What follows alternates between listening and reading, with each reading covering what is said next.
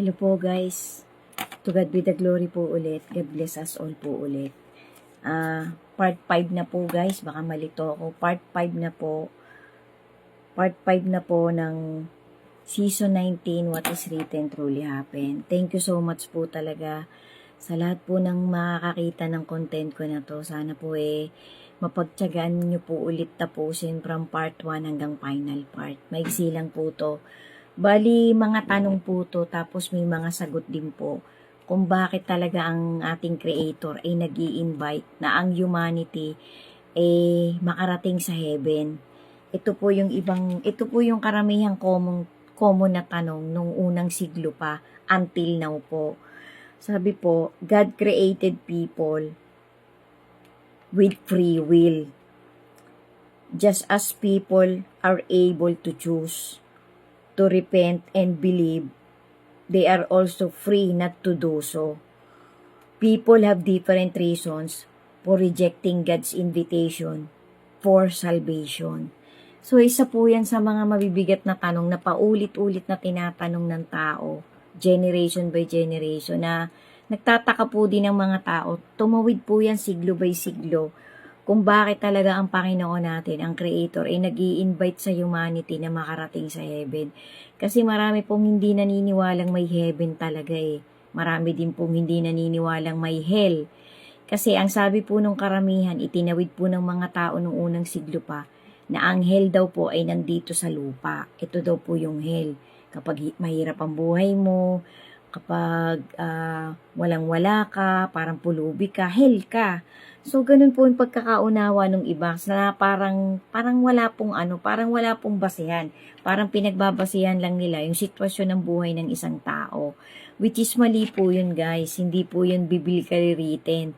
Kasi sabi nga po nung matutuwid na mga ngaral, yung matutuwid na pastor, pati po ng mga pare, pati po mismo ng love letter ng ating Creator, na na dapat po nabubuhay tayo ayon dun sa sinasabi ng ating Creator. May basehan tayo, pero ang basehan natin, yung gospel of God. Yung talagang salita niya. Kasi pangit po yung salita lang ng tao na tumawid sa tao din. Dapat po lagi tayong magbabase sa kung anong sinabi ng Diyos, kung anong sinabi ng ating Creator ng bigatin sa niya, na talagang nakasulat, talagang yun yung proven. Kasi yung pangit po yung nagtawid na lang ng, kagaya po ng mga pamahiin na yan, itawid hersey lang po yan Although sabi din po sa Holy Scripture, totoo yung mga ghost, totoo yung mga kulam, totoo yung mga spirit na na gumagala-gala. Kaya nga po tayo binigyan ng Panginoon ng tamang discretion Kaya nga niya po tayo binigyan ng espiritu para yun po yung gagabay sa atin. Kasi ililigaw po tayo ng mga espiritong yan kasi mapangligaw po yan. Totoo po yung mga kulam-kulam. Pero sabi nga po ng Panginoon, ang nasa inyo ay mas malakas kaysa sa nandito sa sanlibutan. Kasi yan po, mga alagad po, yung mga sasamang espiritu na yan po mga hula, yan po mga kulam, yan po mga kung ano-anong maligno, totoo din po yan. Kaso po, mas malakas po dyan ang espiritong nasa loob natin. Sabi nga po ng matuwid na mga ngaral, kapag ikaw ay iniingatan ng ating Creator, hindi tatalab sa iyo yung mga kulam-kulam na yan.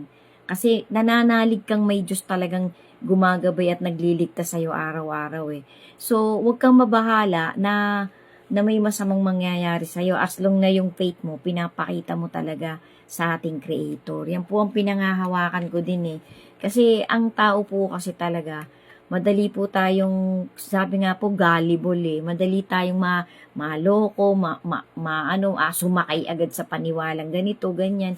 Dapat po may basehan. Ang basehan po talaga yung Word of God. So, sabi pa po dito, ito pa po yung isa pa pong talagang laging tinatanong na nangyayari na talagang tumawid generation by generation. Ang tao daw po talaga nire-reject yung invitation ng Panginoon na makarating tayo sa salvation, sa eternal life. Tapos some people or a lot of people don't want to repent. Kasi nga po pinatigas sila ng mga pangliligaw ng masama. Yung puso po natin tumigas, yung puso ng humanity. some people, a lot of people, refuse to put their trust to Jesus Christ. Yan po yung isa sa sinasabi sa documentary na to. Tapos sabi pa po, ang mga common daw pong tanong, what is the alternative to heaven? Ano po bang alternate ng heaven? Di yun nga pong hell. Kasi dalawa lang po Mali po yung merong pang gitna. Mali po, hindi po yung totoo. Dalawa lang po talaga, heaven at saka hell. So, kailangan po, lawakan po natin yung dagdagan po natin, laliman po natin yung depth po ng understanding natin na bakit ba sinasabi ng Panginoon na gusto niyang ang lahat ng nilikha niya makarating talaga sa heaven. Kasi nga po mahal niya yung nilikha niya.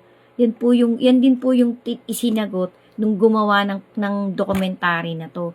Na bakit ba ang mga tao ay nagtatanong talaga kung may heaven, kung may hell. Ang sabi nga po, pagka ikaw ay mayaman, marami kang means of magiging masaya ka, nabibili mo yung mamamahaling material things, napapasaya mo yung sarili mo, nakakapag-travel ka, ay heaven na daw po yun. Nandun ka na sa heaven. Kasi nga po, pinanindiganan na po ng mga tao na naligaw sila dun sa deception at sa materialism na ginagamit ng masama.